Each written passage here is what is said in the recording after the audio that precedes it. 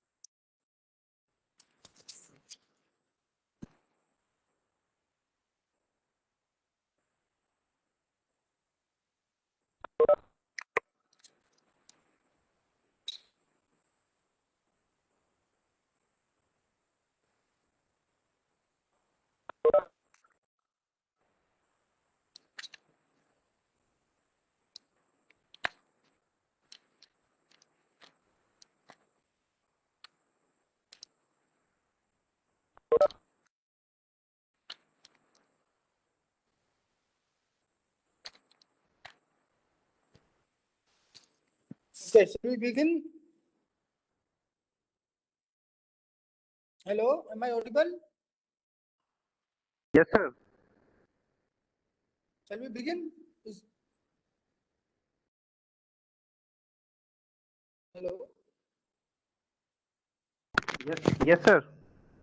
Okay, is my screen visible to everyone? Yes, sir. Okay, so far what we have done, let's recall that.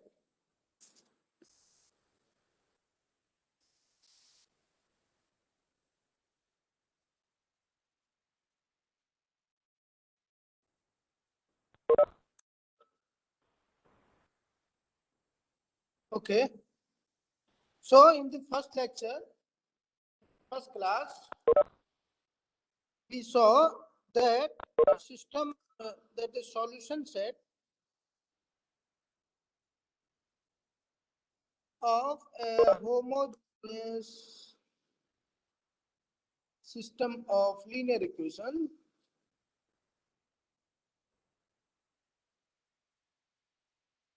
is closed under addition and scalar multiplication.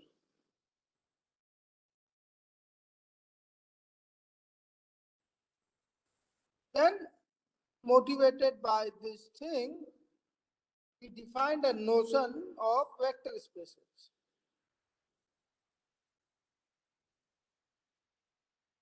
Vector spaces, what was a vector space? A vector space was a non-empty set with some axioms. So for this, we define two operations. We call these operation vector addition, and second was scalar multiplication, where this scalar comes from a field K, and these two operations satisfy some axioms. Then we call X a vector space. Okay, it's non-zero, it's not empty. Okay, it's X not empty. Then we saw some examples. So in last class, there was a question, someone asked me a question. Who asked me about binary and closed? Someone asked me. Who was that? Who was he? Sir Ashish. Ashish Star. Okay. Okay. So let's focus on that first. Then we will start with a few more examples of vector spaces. Let's focus this. Okay. So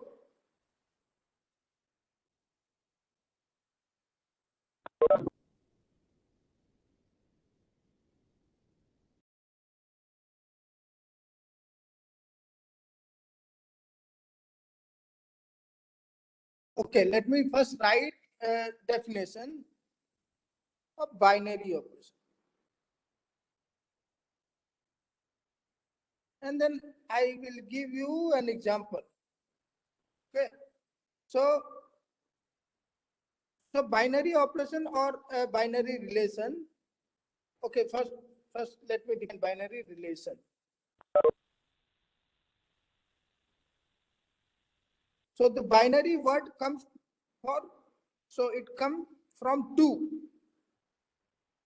So similar to binary, there is trinary or there is finitary. So when n equal to 2, we call binary. So for two sets x and y, we define a relation as a subset of x cross y. That is the Cartesian product of x and y. You all know this.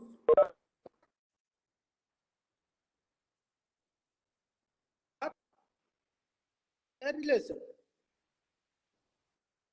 or we call it a binary relation, because there are two sets are involved in this relation. So binary relation or a binary relation. Okay, when we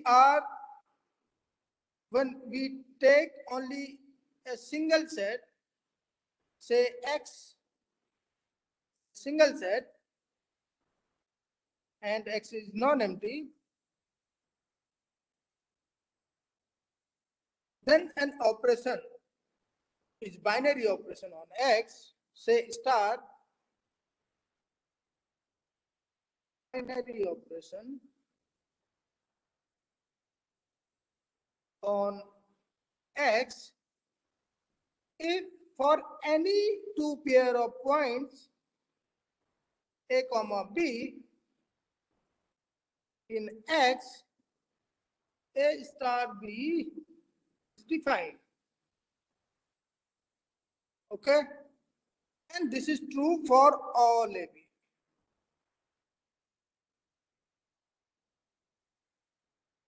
If this happens, we call it a binary. We call star a binary operation. Okay.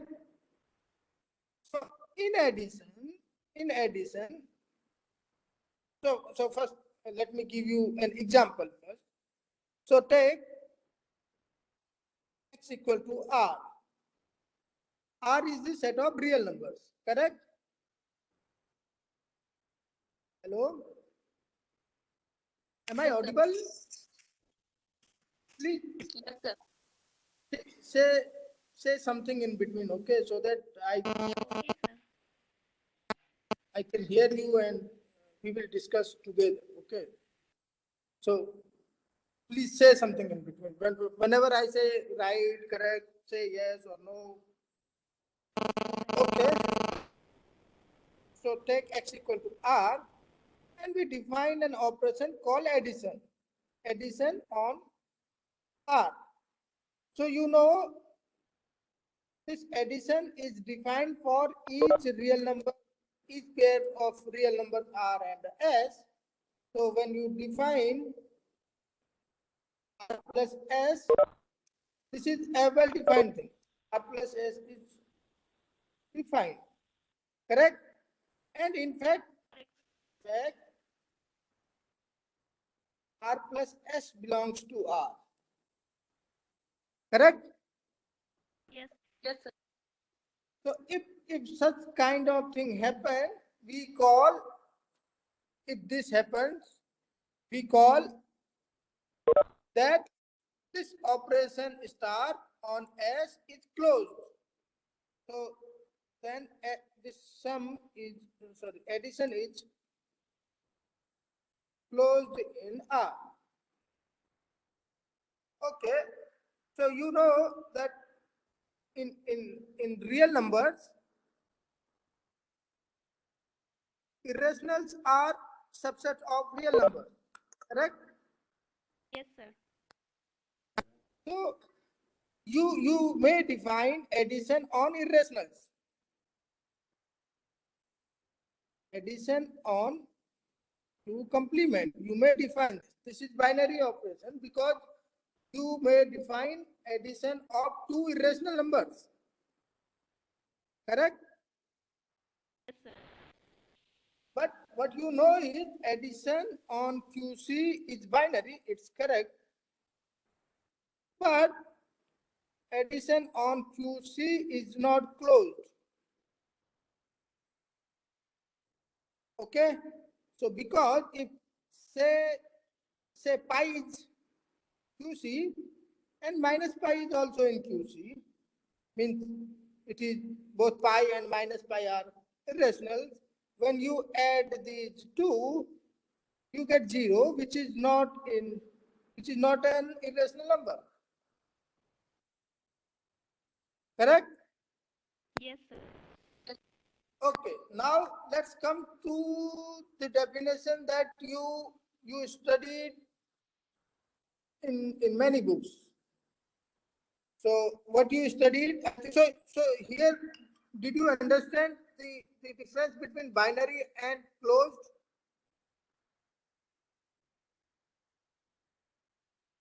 It was binary here, but it was not closed.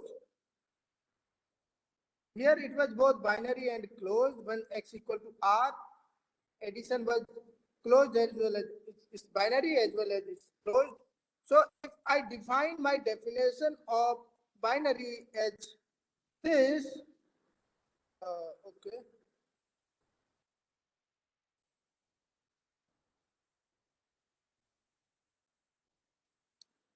If this is my definition, then clearly you have an idea of the difference between binary and closed.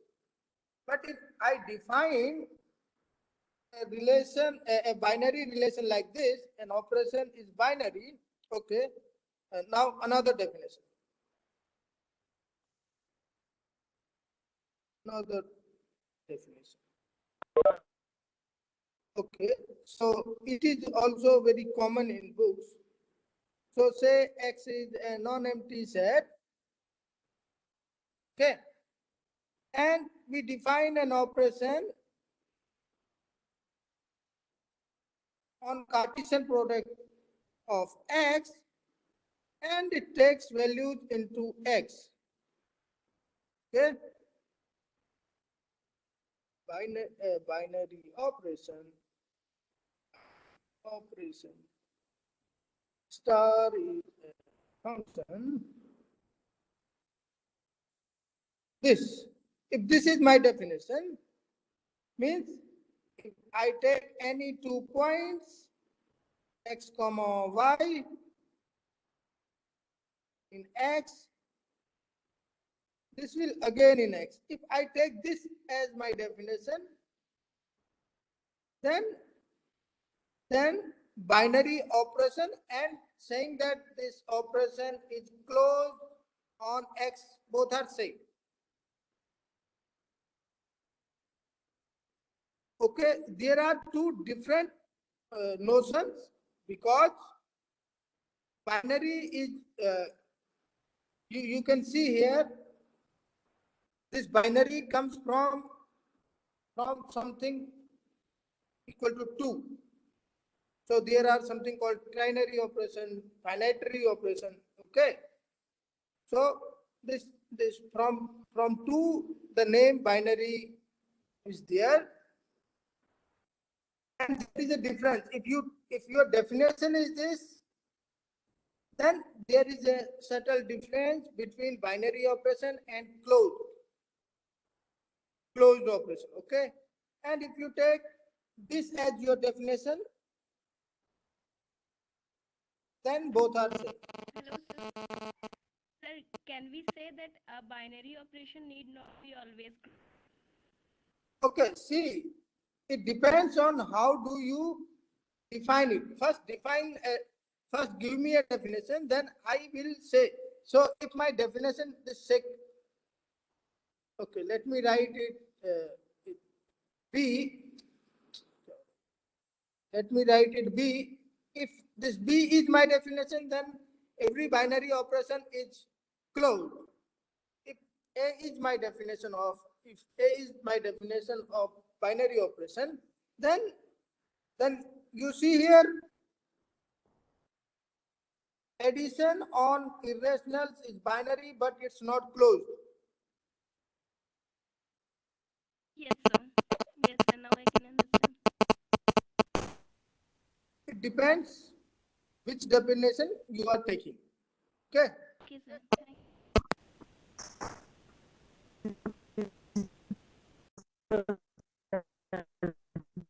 I can't hear you.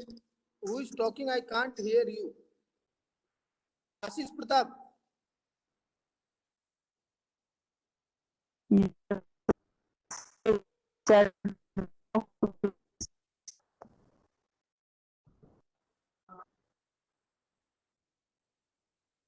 Hello. I can't hear you. You may send some messages in chat box.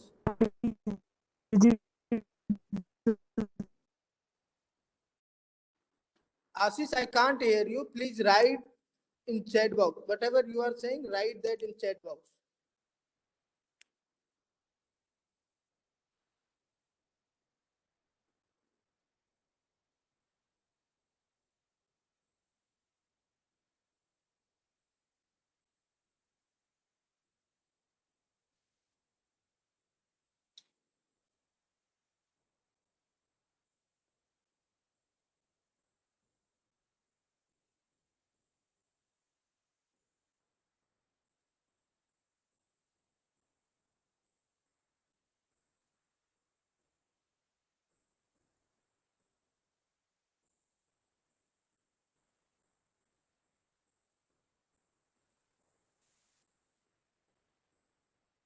Hello. Any other doubt? you. No, sir. Okay. So shall I begin with the example now? Yes, sir. Okay. So related to the second question, Ashish has also asked me another question. Let me give a small answer to that question. So what was the question of Ashish? Ashish, so I'm writing here your question. Is it correct? Let me know. Okay. Your question was, suppose P equal to 0, be a linear equation n variable. Then what is its solution set? Is it your question, Ashish? Say yes or no.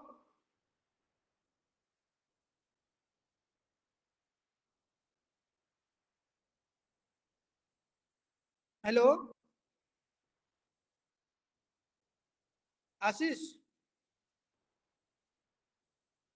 Am I audible to you, Ashish?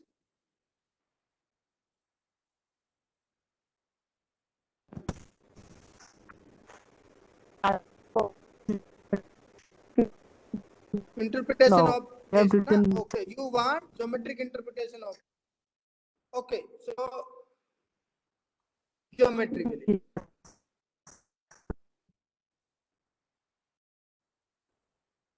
Okay, let's see. Let's see in first one we are in one variable. Okay, let's do from, so when n equal to 1, so number of, say n is the number of variable.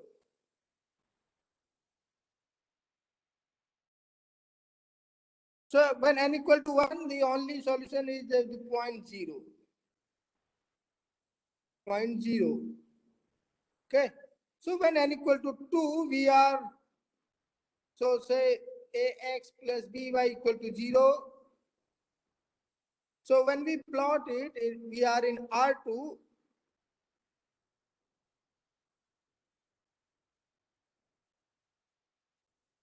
You know this is, so from your basic coordinate geometry, you know this is an equation of a line passing through origin whose slope is given by minus a by b. Okay, let's assume,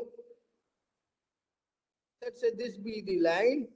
So it will look like this line, or maybe this line.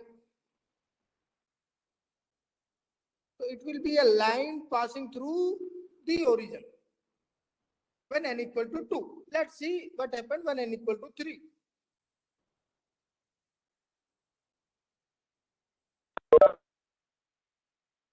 So here this will be a1 x1, a2 x2, a3 x3 equal to 0. Let's see.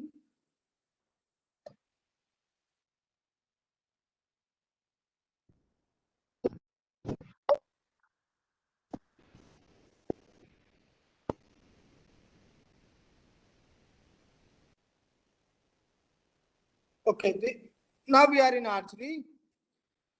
So this again, this is plane passing through origin.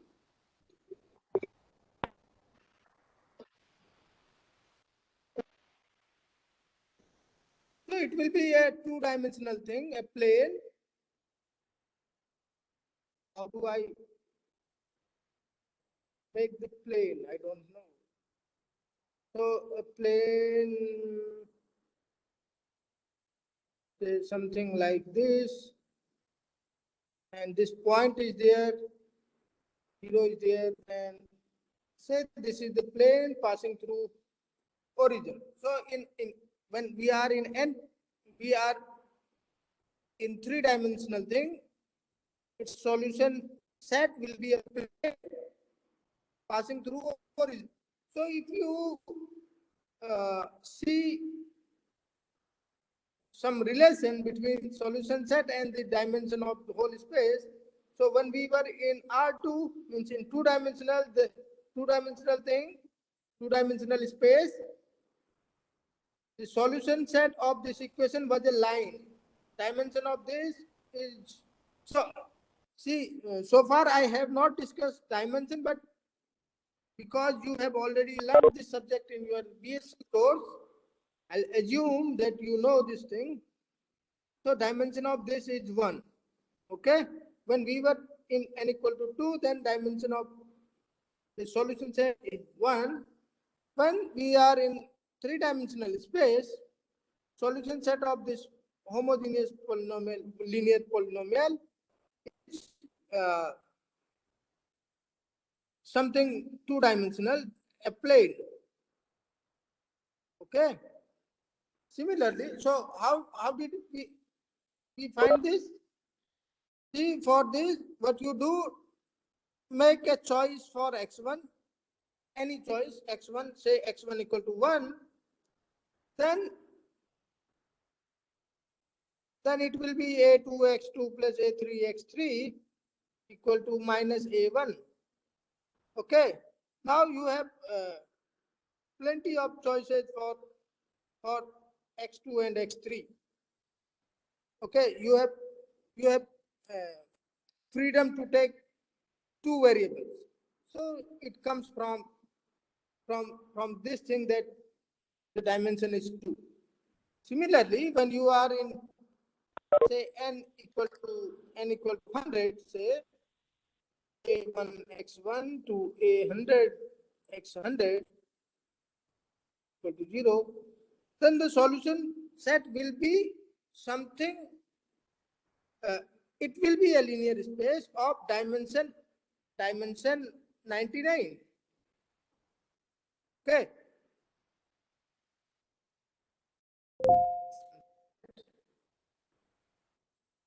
Be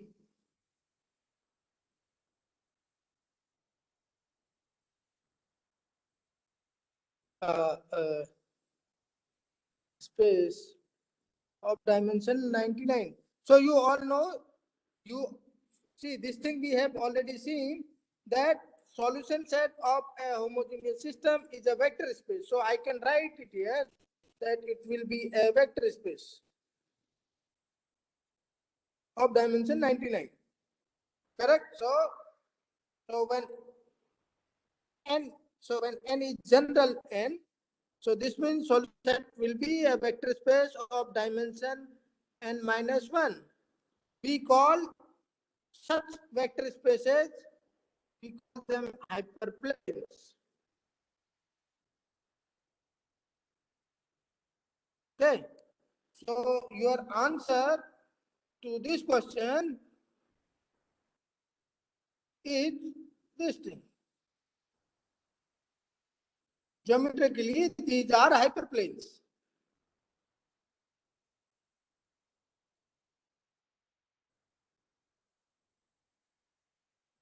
Solution set will be a hyperplane. Okay. Did you get your answer, Ashish? Hello? You may write yes or no in chat box.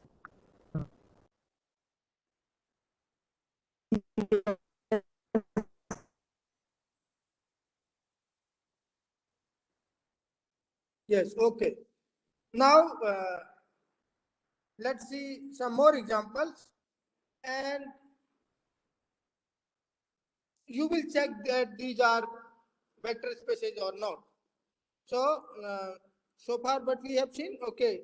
Let us recall an example from last lecture. So, last lecture, the last two examples were like this. Let me recall that. So, let P be the set of all polynomials. Set of all polynomials in variable with real coefficients. So that this P will be a vector space. With respect to these two operations, addition, how did we define addition? P1 plus P2x is nothing but P1x plus P2x. And alpha P1 of x is alpha P1x. Let's see why a concrete example. Suppose P1x is 2x square plus 3x cube plus 100x, say 50. Okay, and P2x is 4x plus 1. Okay, suppose these two are the polynomial, then what is P1 plus P2x? It will be 100x to the power 50 plus 3x cube plus 2x square plus 4x plus 1. Correct? And say alpha P2x, this will be 4x plus alpha. Here alpha comes from alpha is any real number. Okay, then I asked you another question. So what was that question? Question was P less than equal to N. Union is 0 function. So here P less than equal to N means the set of all polynomials of degree less than or equal to N.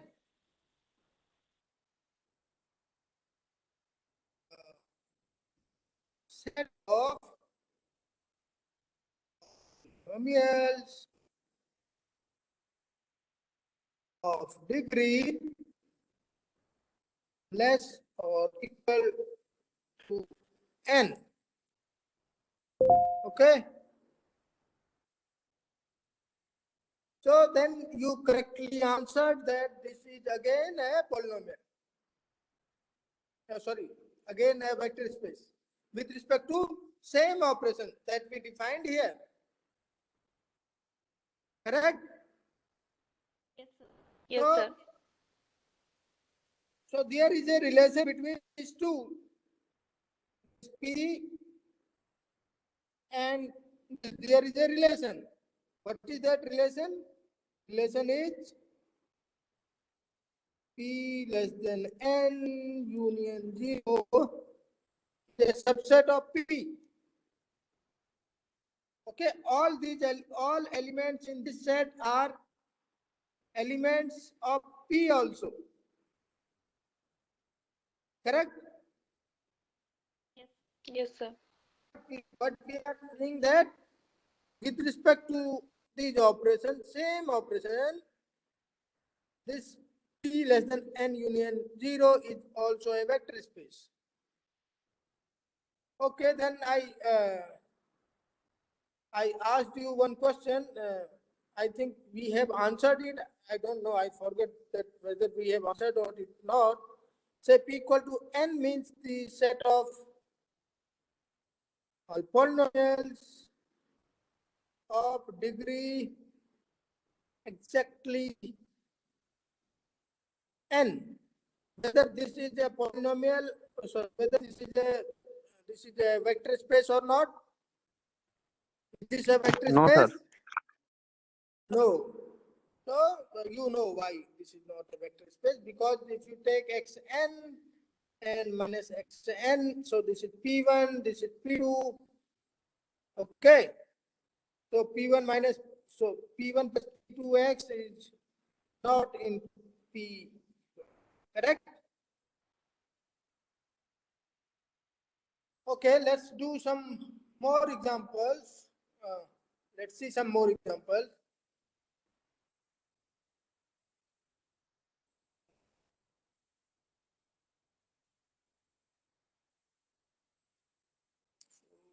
Here is one.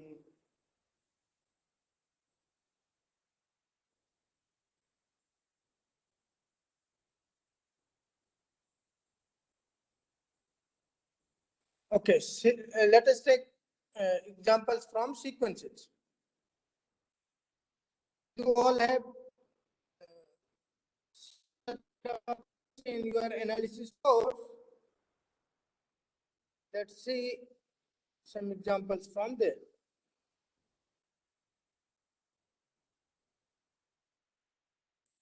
So suppose S is the set of sequences. Okay, S suppose S. So whenever I write this thing, so there is colon before equal. This means I am defining. So here, this is definition of S. Okay.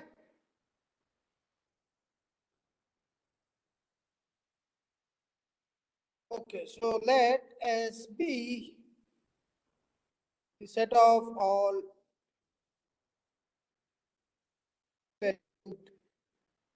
sequences or real sequences, whatever you want to say. And suppose we define two operations. So take two elements from S and define addition and define a vector multiplication. By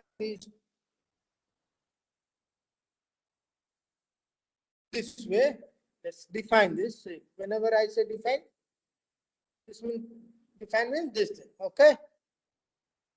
So with respect to these two operations, S is a vector space.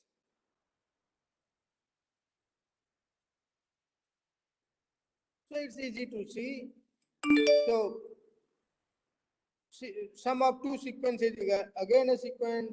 When you multiply by alpha, you will get again another sequence. So this way, you will get as a vector space with respect to these two operations. So it's a vector space over R. R means the set of real numbers, field of real numbers. Second example, say C. Now, take C as a subset of S, but we define C as sequences in R such that Xn is convergent. Okay. So now C is the set of all convergent sequences, convergent real sequences. We define addition and multiplication as we define for S. Okay. So with respect to these addition and multiplication, C is a vector space. Why? Because you know if Xn is a convergent sequence and Yn is also convergent, then their sum will be convergent. You know this? Yes, sir.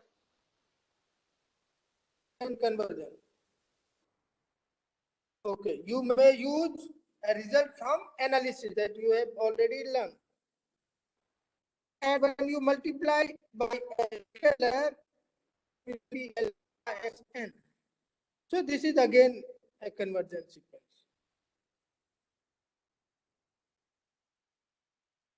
So this means C is closed under addition and closed under scalar multiplication, and you have to show the axioms of vector spaces are also satisfied by C. Okay, so this was the thing for convergent sequences. Let's see another example for sequences only. Now we define C naught. C naught is the set of all sequences that the limit. So C naught is the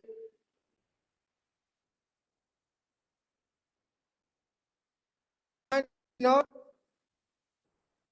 like this. C naught is all convergent sequences such that limit Xn as n goes to infinity is 0.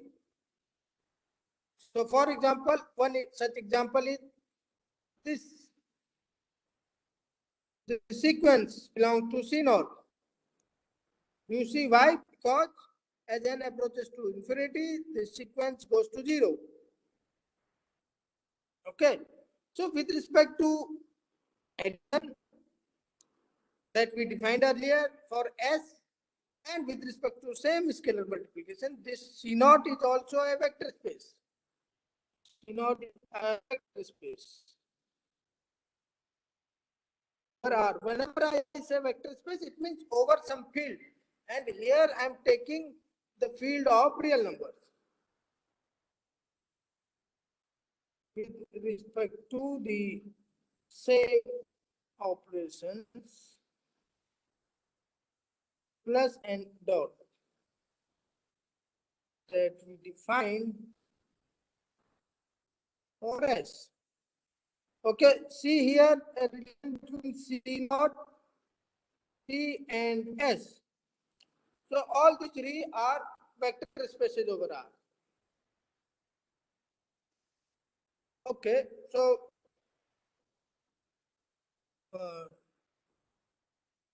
let's see another set of examples.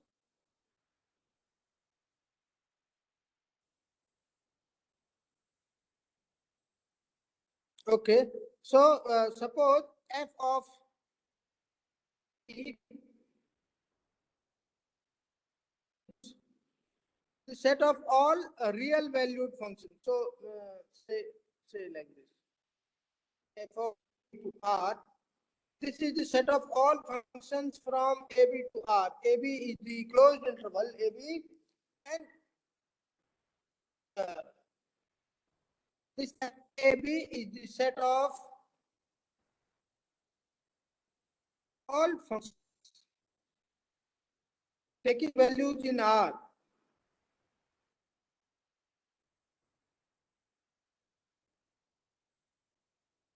AB. So the set of all functions on AB taking values in R. So let us denote this by FABR. With respect to addition, so and multiplication, we will define addition and multiplication. Define R. So f plus g, x equal to fx plus gx, and this is true for all x in AB.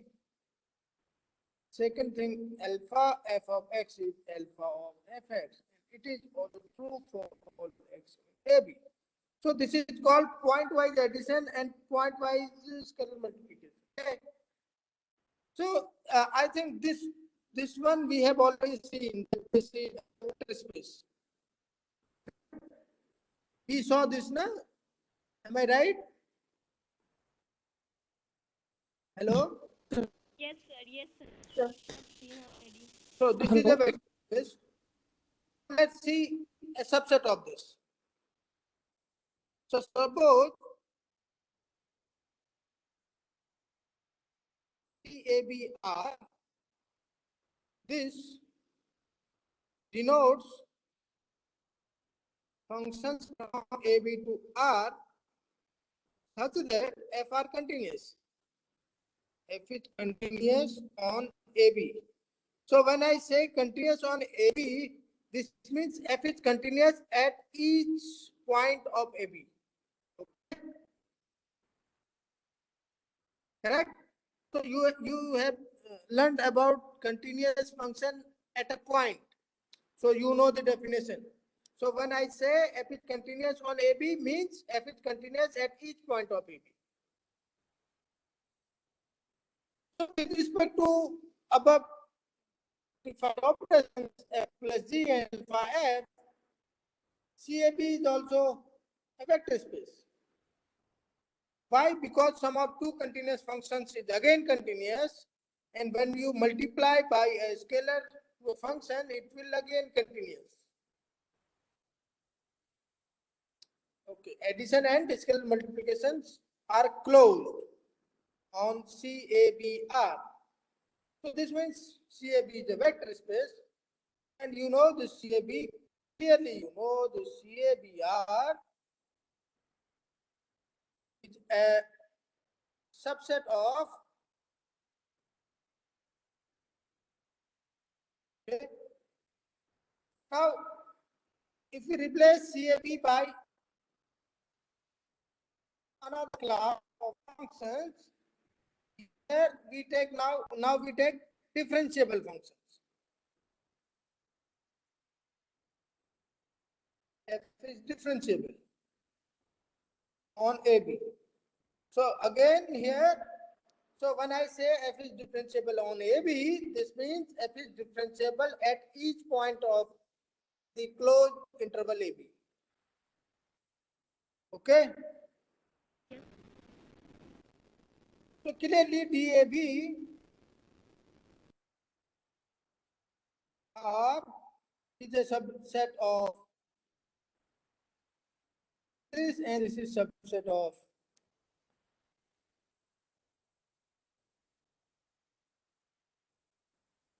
okay.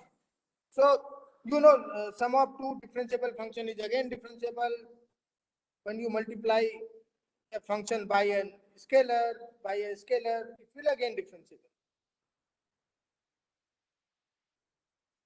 Let's consider another class of function. Say, have you learned about Riemann integrable functions? Yes, sir. Okay. So next class is Riemann integrable.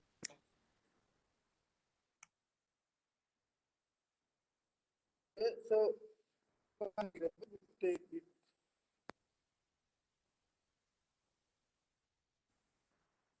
This is all functions from A, B to R, which Riemann integrable. So you know sum of two Riemann integrable function is again integrable when you multiply a Riemann integrable by function by a scalar, then the resulting function will again Riemann integrable. And this R A B R is a subset of A B R. Okay. And do you know a relation between continuous? So do you know a relation between GABR and RBR?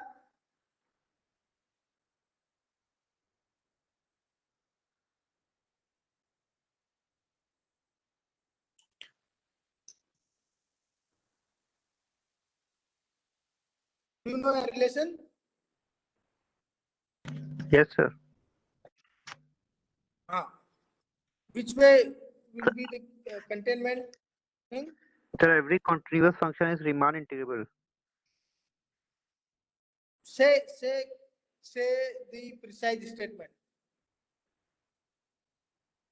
So you said every continuous function is Riemann integrable. Every continuous function where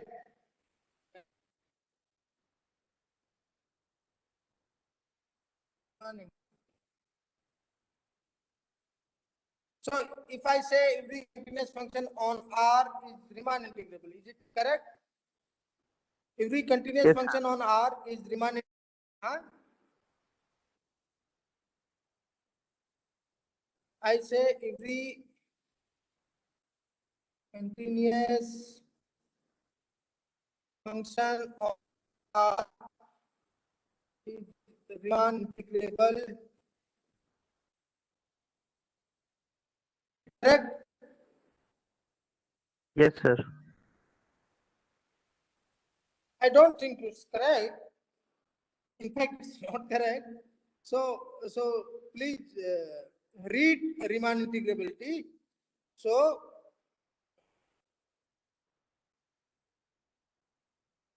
two things happen. So every bounded continuous function, okay.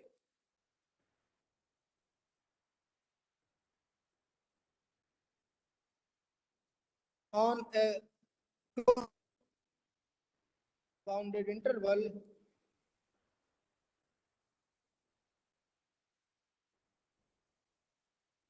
okay, you may omit this part because when I say continuous function on closed, it will be bounded. So you may take here open.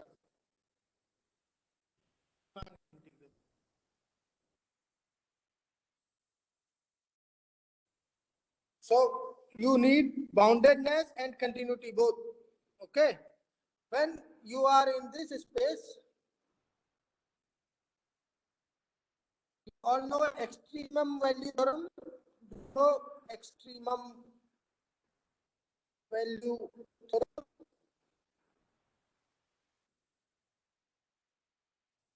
It says that every continuous function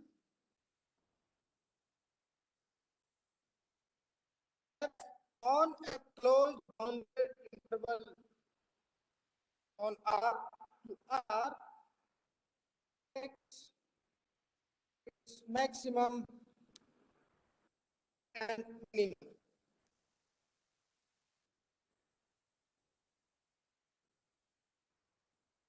Okay. So this means there exists X naught and Y naught in AB such that Fx naught is less than equal to Fx less than equal to Fy naught for all X in AB. So when I say continuous function on closed bounded interval, this means boundedness is given. So therefore, CAB is a subset of V. Correct? Any doubt? Hello? Yes, sir. Is it okay? Yes, sir.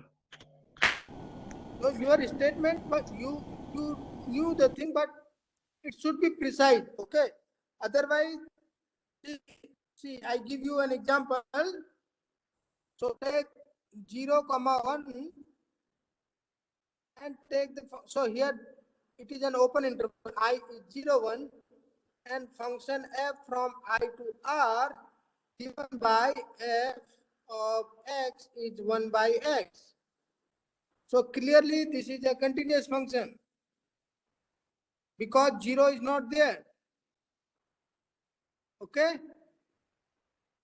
This function is continuous on this bounded interval, but it is not Riemann integrable. You see my point, Anurag? Yes, sir. So please be precise, okay? Whatever you say, be precise. So these things are when you give some interview for say PhD interview or some teaching position, okay? So this kind of thing they may ask. So you should note down these things. So if you see or you notice something that in above examples of vector spaces, there are basically a bigger space, then there are subsets of that spaces, and those were all vector spaces. Okay, it was like this. So here this FAP was the biggest space, and then RAB, CAB, DAB, these are subsets of FAB, and these all are vector spaces. So let's see, there is a notion for such spaces, we call that subspace. So what is a subspace? Let's see. That will be a vector space. So you all define, you have an idea now what would be a subspace. A subset of a vector space which is itself a vector space with respect to those operations. Okay, that was defined for V. If W is also a vector space, then it is called subspace of V. Let V be a vector space over field, okay, over the field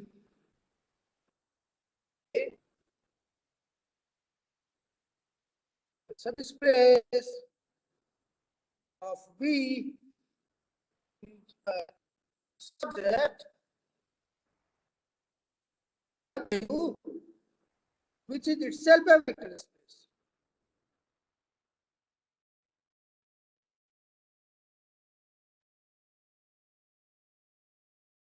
Okay. And the operations of vector addition and scalar multiplication that we defined on V. So this means if W is a vector space of V, this means C, commutativity of addition is already there because every element of W is an element of V. So commutativity, associativity, distributivity, these are clearly they will hold. So what should be noticed is this thing. So the zero element means the additive identity should belong to W, number one. Second is if W is there, then minus W is also there. Okay, but it will come out, and if two elements are there, W1 and W2, then their sum should be also there. Okay, so this means W is closed under vector addition and multiplication. For alpha in K, W in W, then alpha W belongs to W. So we already know examples of subspaces. Say R is the subspace of RABR. Say DABR is the subspace of CABR, and which is the subspace of ABR. Okay. So every vector space is subspace of itself. So suppose we have, so you all know V is a subset of itself. V is a subset of itself. It is in fact a trivial subset or improper subset. Then V is a subspace of V. There is another trivial subspace, that is zero subspace. Okay, zero subspace is always a subspace of a vector space.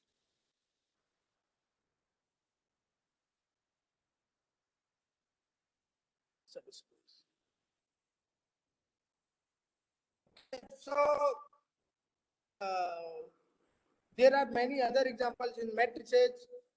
Say we say M n cross n.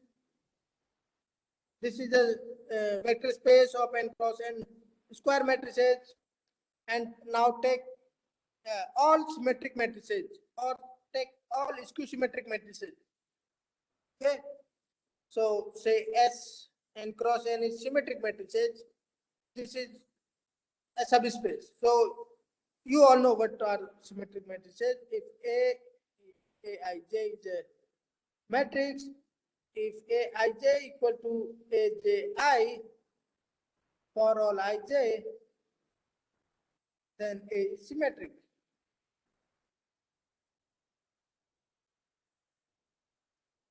Okay. And there is a theorem that you should know, means it's very easy theorem. I'll skip its proof. It's for an exercise. An empty subset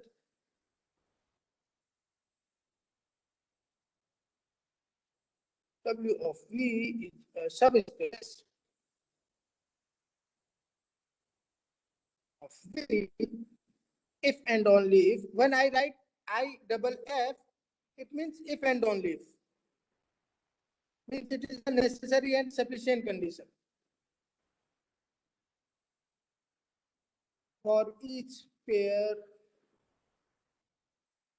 vectors x comma y in W, and each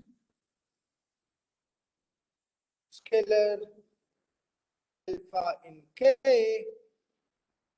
the vector alpha x plus y to W. So this means this theorem gives you a criteria, a characterization for subspaces. So suppose you are given V and you are given W, and it is asked that whether W is a subspace or not. You just prove for each x and y in W, alpha and alpha in K, alpha x plus y belongs to W. If you put this, then W will be a subspace. Okay. So proof. This is an exercise. Okay. So I will stop here. We shall meet on Monday because there is a holiday. Any doubt? No, sir. Thank you, sir. Okay.